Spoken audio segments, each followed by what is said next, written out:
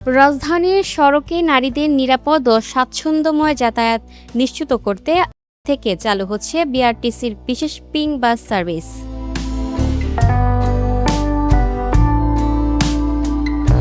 মঙ্গলবার সকাল 10টায় তেজগাঁওয়ের BRTC Dhaka truck depot প্রাঙ্গণে এই কার্যক্রমের উদ্বোধন করা হবে।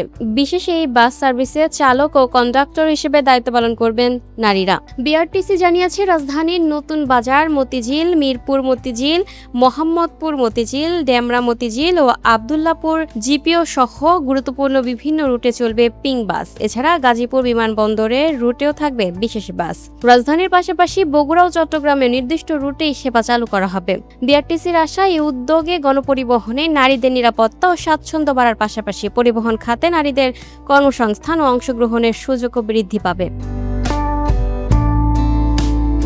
Lucky Akter, up to date news, Dhaka.